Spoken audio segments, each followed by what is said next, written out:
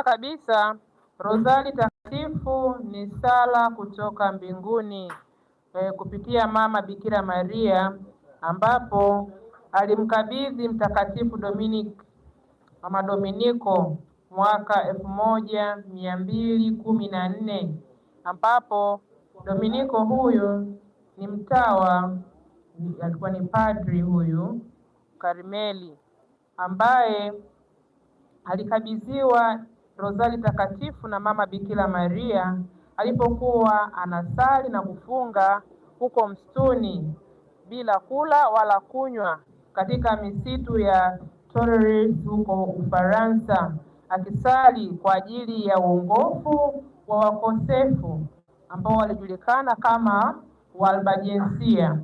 Ndipo Mama Bikira Maria alipomtokea akiwa na malaika watatu na kumuuliza Dominiko, je, unafikiri ni kitu gani kinaweza kubadili mioyo na mienendo ya hawa watu Walbajensia?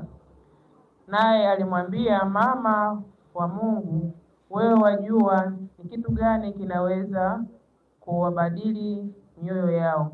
Ndipo alipomkabidhi Rozari Takatifu, akamwambia, shika hii rozari, hubiri rozari, ukitaka kuwashinda wapinzani, ukitaka kuwashinda wazushi hawa Albajensia, fundisha rozari, hubiri rozari. Akamkabidhi rozari hiyo, ambapo yalikuwa ni mafungu ya furaha, uchungu na utukufu. Kwa sasa ni mafungu 20 ya Rozari Takatifu, ambapo haya mafungu ya mwanga yaliongezwa na Papa Yohane Paulo wa pili mwaka 2000 ndipo tuliongezewa haya mafumbo. 2002 tuliongezewa mafumbo ya mwanga, na sasa tunasali tasbihi 4 pamoja na rozari hiyo ya mwanga.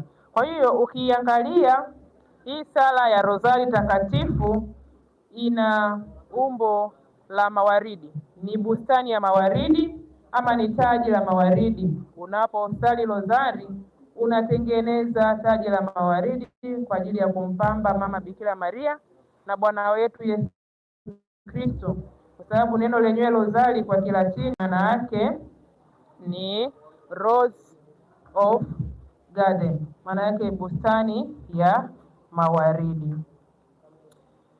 Kwa hivi tukitazama maamkio ya malaika Gabrieli alipotokea mwanamwali Bikira Maria, alipomkuta amezama katika sala, alimsalimu, salamu Maria, umejaa neema.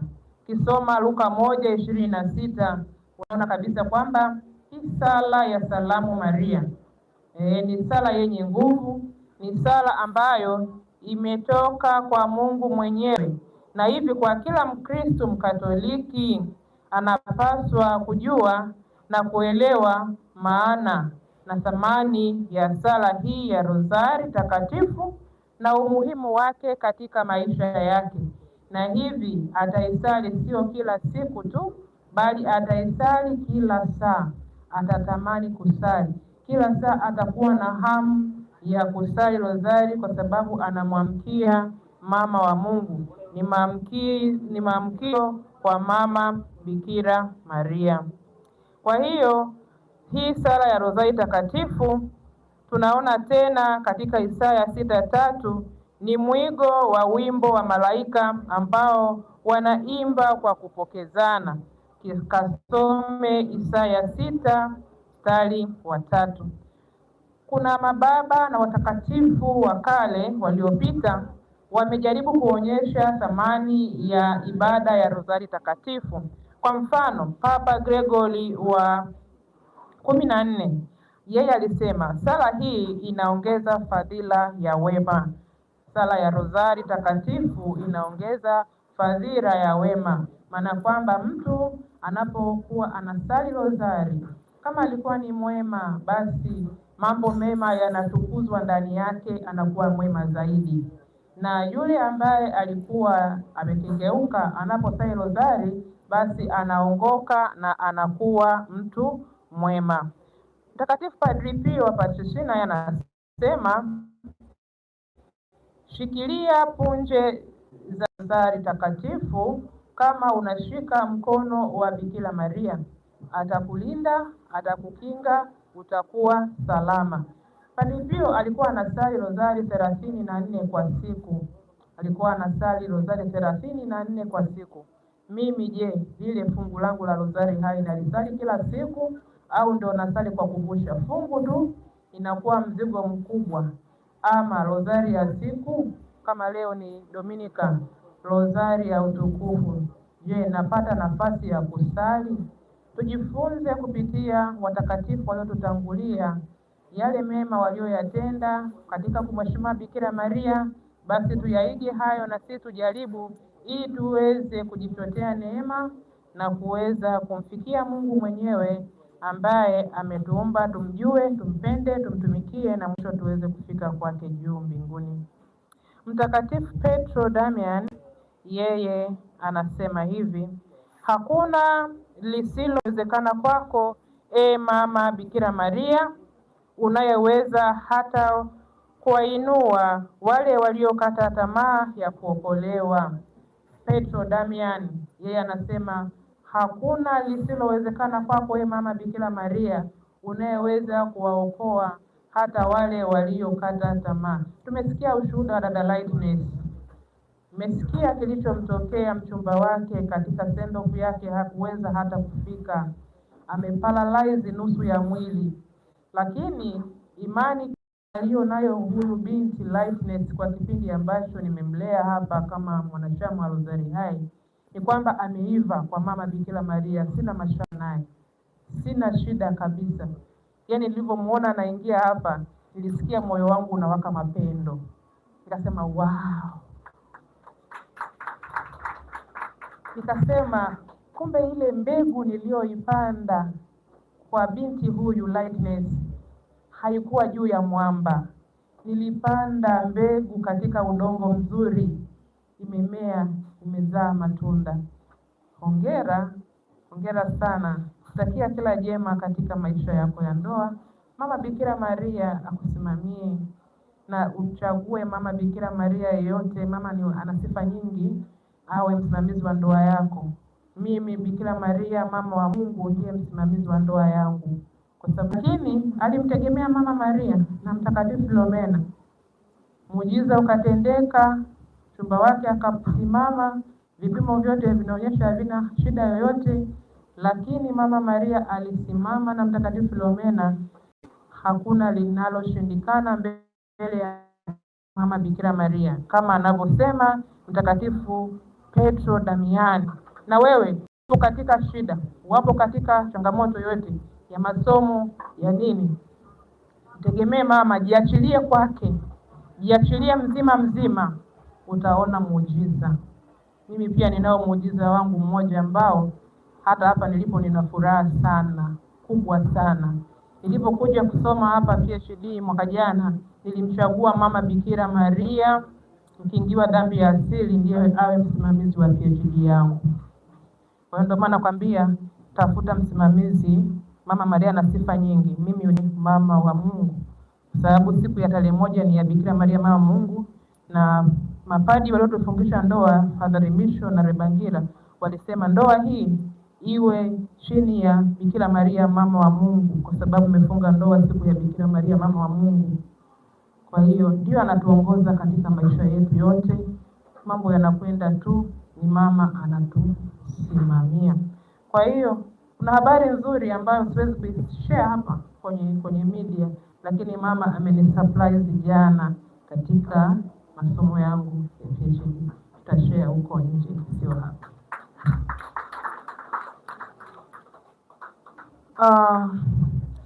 Mtakatifu mwingine Papa Pius wa 5 yeye anasema, ikiwa mnataka amani itawale katika nyumba zenu, basi salini rozari kila siku, mtapata amani. Ikiwa mnataka amani itawale katika nyumba zenu, basi salini rozari kila siku katika familia zenu, mtapata amani.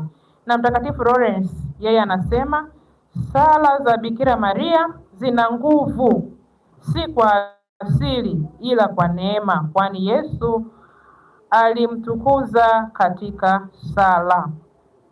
Na Mama Bikira Maria pale Fatima alisema salini rozari kila siku ili dunia ipate amani. Kwa hiyo unaona Mama Bikira Maria anasema tusali rozari kila siku. Huo ni wajibu wetu. Mama anatutaka tusali rozari kila siku. Alipowatokea wale watoto watatu, Lucia, Francisco na Jacinta, alikuwa tu hao ni wawakilishi wa dunia yote. Walikuwa wanatuwakilisha sote hata tuliopo hapa.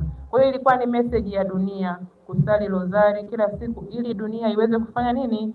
Iweze kupata amani. Na ndio maana na Mtakatifu Papa Yohane Paulo wa Pili alisema kusali rozari ni kuitikia sauti ama agizo la Mama Bikira Maria. Kwa hiyo unapoacha kusali manake unakuwa mtekelezi sauti ya Mama Maria ambayo anatutaka sisi kusali. Kwa hiyo unapoacha kusali fungu lako ujue tu kwamba unakaidi sauti ya Bikira Maria. Bikira Maria anataka tusali rozari kila siku. Wewe unapoacha kusali manake unakuwa hujatekeleza kile mama anakutuma kufanya. Ni sawa anakuambia Geoffrey, nenda ukakate majani ya ng'ombe. Badala yake uende kukata majani ya ng'ombe, unaenda kucheza mpira mpaka giza linafika. Ng'ombe wameshinda njaa, hawajala chakula, maziwa hayapatikani. Hiyo hapo unakuwa umemtii mama ama hujamtii mama. Ni hivyo. Kwa hiyo wewe unaposali rozari yako kuna mema mengi sana yanatendeka. Kwa sala yako hiyo ndogo unayoiona inafanya maajabu makubwa, inaleta amani, inaongoa ukosefu, inakupa na wewe neema. Sala ya Mama Bikira Maria sio ya kibinafsi, ni sala ya wote. Sasa tunasema utuombee sisi wakosefu sasa na saa ya kufa kwetu, amina. Sio uniombee mimi mkosefu. Yaani ni iko katika wingi, inajumlisha na watu wengine. Kumbe unapoanza kusali ujiombei wewe tu, unaombea ulimwengu mzima.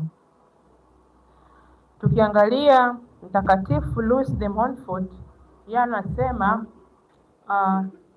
Bikira Maria ni njia rahisi, sahihi na ya uhakika ya kumfikia Mungu mwenyewe. Fupi na ya uhakika ya kumfikia Mungu mwenyewe. Kwa hivyo tunaposali rozari, tusali rozari kwa mapendo, tusali rozari kwa matumaini, tusali rozari kwa imani, tusali rozari kwa uchaji.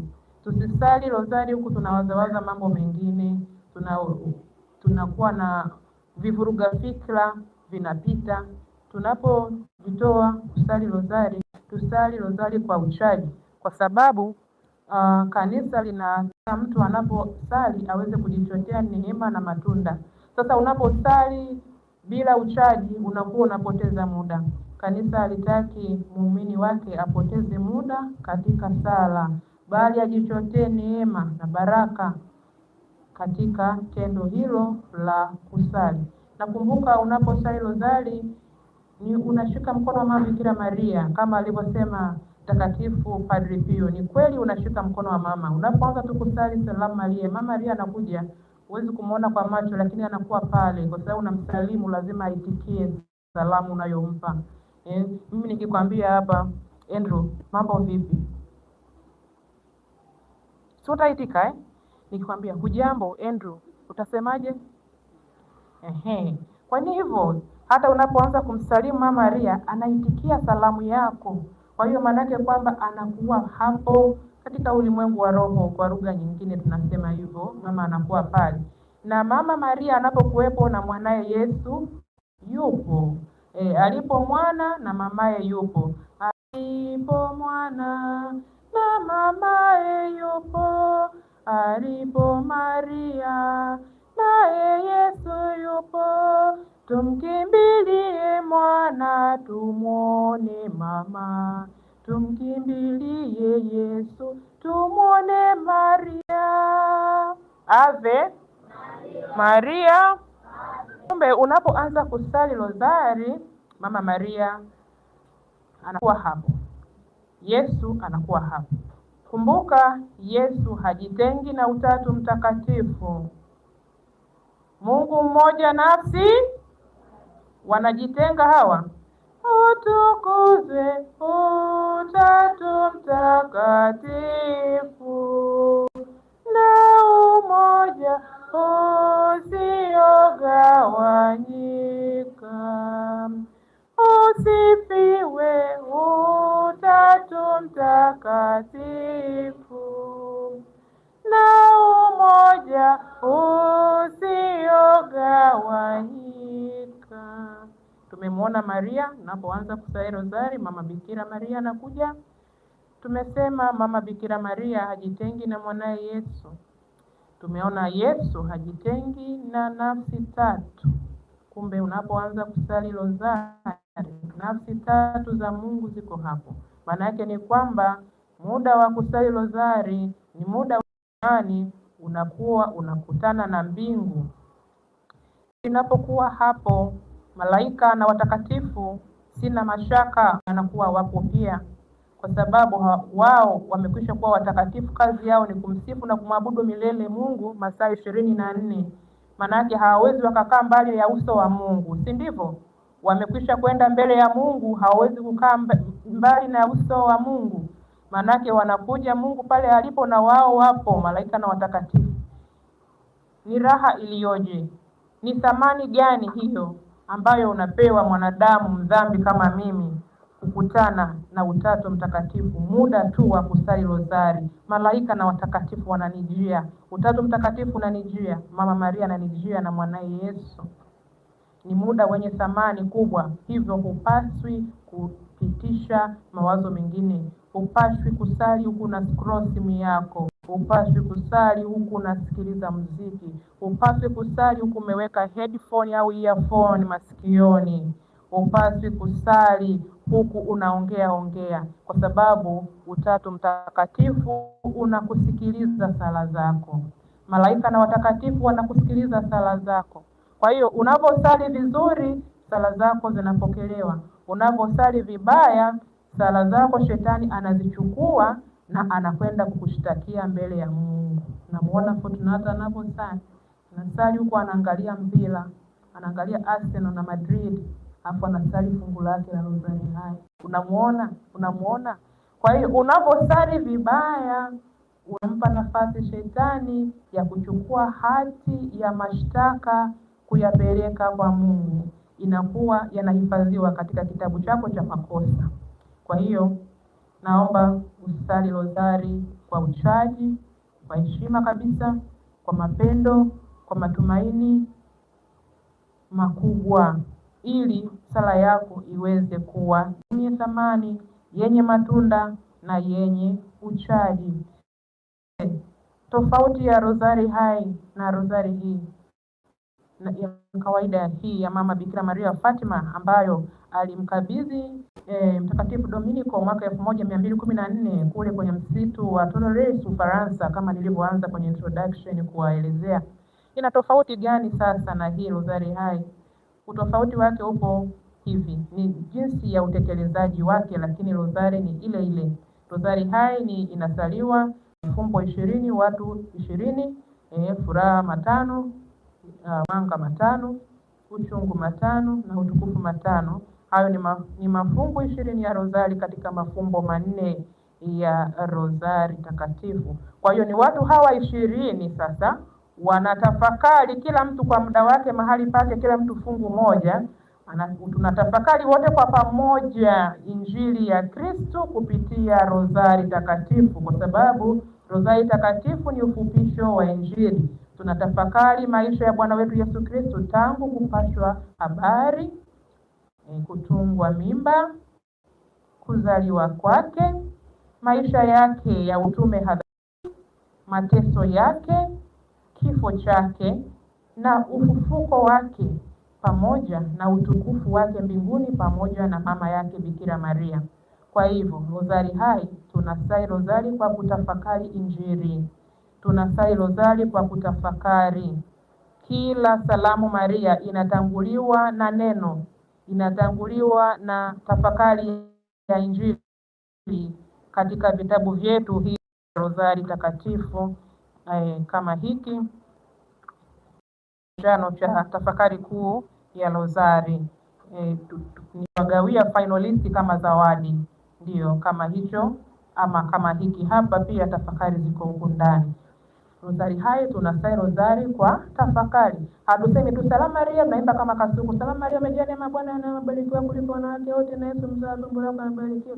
Maria mtakatifu, mama wa Mungu, tuombee sisi wakosefu sasa na saa kufa kwetu. Salamu Maria umejaa neema. Hapana, tunasoma kwanza katika Injili, katika Biblia, nini kilitokea Yesu anapobatizwa mtoni Yordani, ni mambo gani yalitokea pale.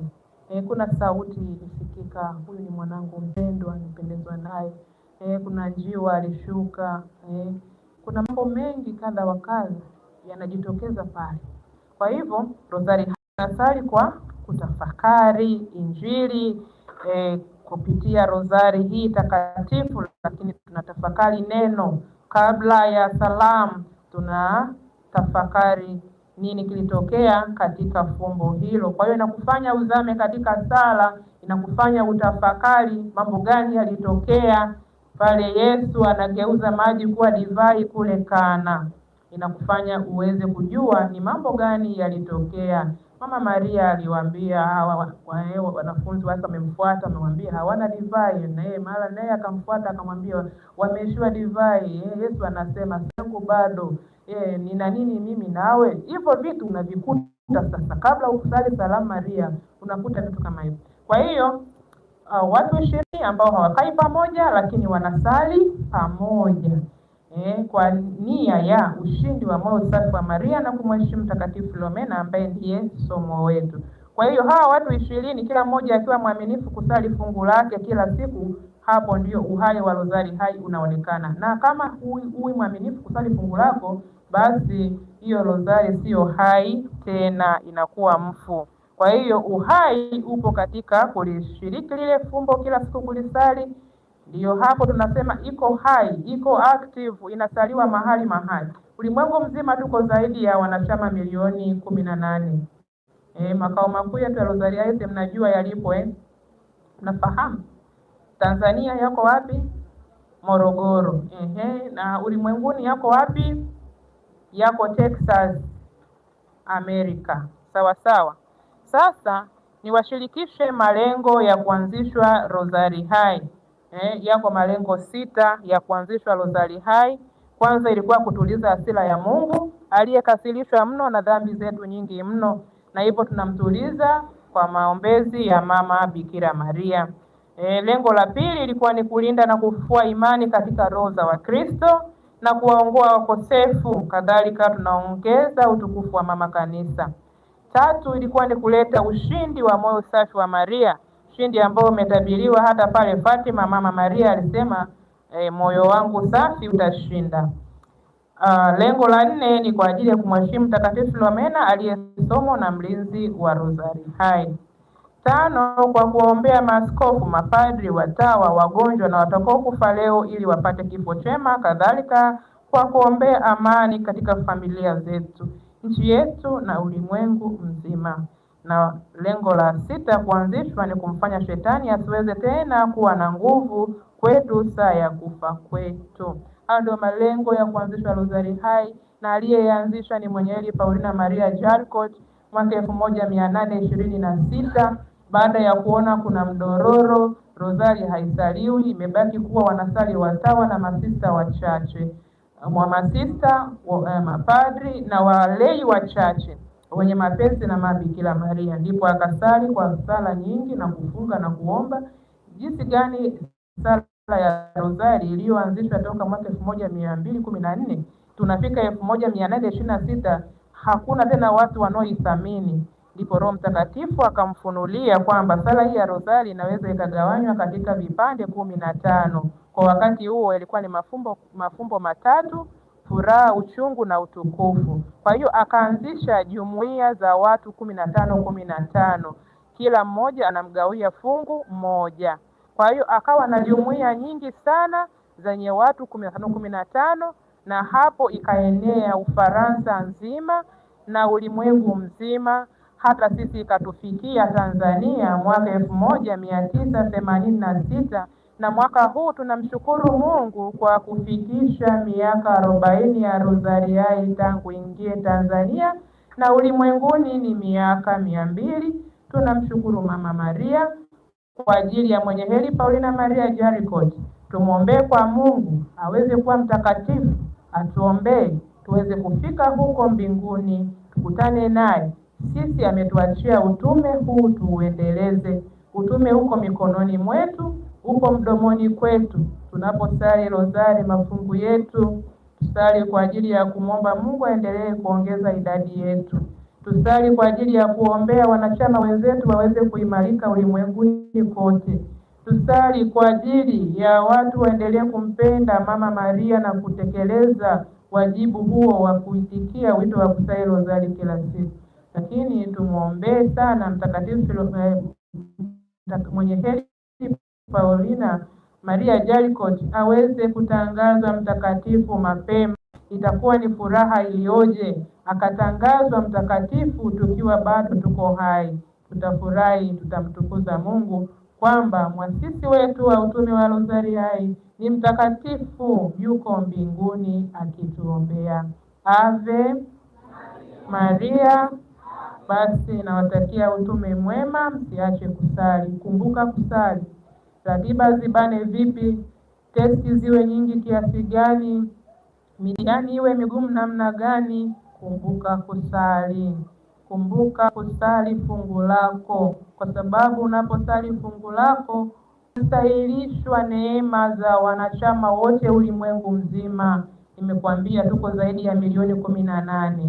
Sasa kila mmoja anaposali rozari, hizo ni rozari nyingi sana unajipatia neema za mamilioni ya rozari ambayo peke yako usingeweza kuzisali peke yako hata usali miaka mingapi. Lakini kwa kuingia katika familia hii ya kiroho ya Rozari Hai, chama cha kitume hiki, familia ya kiroho ya Rozari Hai, unaweza kujikuta sasa unapata neema na mastahili kupitia sala za watu wema waliopo katika Rozari Hai. Na mtoto wa Maria daima hawezi kupotea. Mwana wa Maria hawezi kupotea. Ulijiweka wafu madhabahuni, ukasema mimi ni mali yako kabisa na yote nilio nayo ni mali yako. Wewe ni wa Maria, wewe sio wa motoni, wewe ni wa mbinguni. Ave Maria.